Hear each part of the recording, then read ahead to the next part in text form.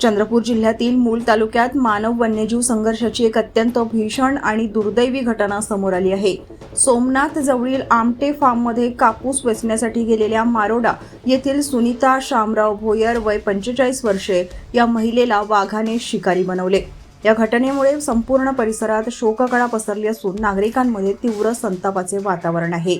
मिळालेल्या माहितीनुसार सुनीता भोयर या शनिवार रोजी सकाळी इतर मजुरांसोबत शेतात कापूस वेचण्याचे काम करत होत्या। सर्व मजूर कामात मग्न असताना शेताच्या कडेला असलेल्या दबा धरून बसलेल्या वाघाने अचानक सुनीता यांच्यावर हल्ला केला। वाघाने थेट झडप घातल्याने त्या गंभीर जखमी झाल्या।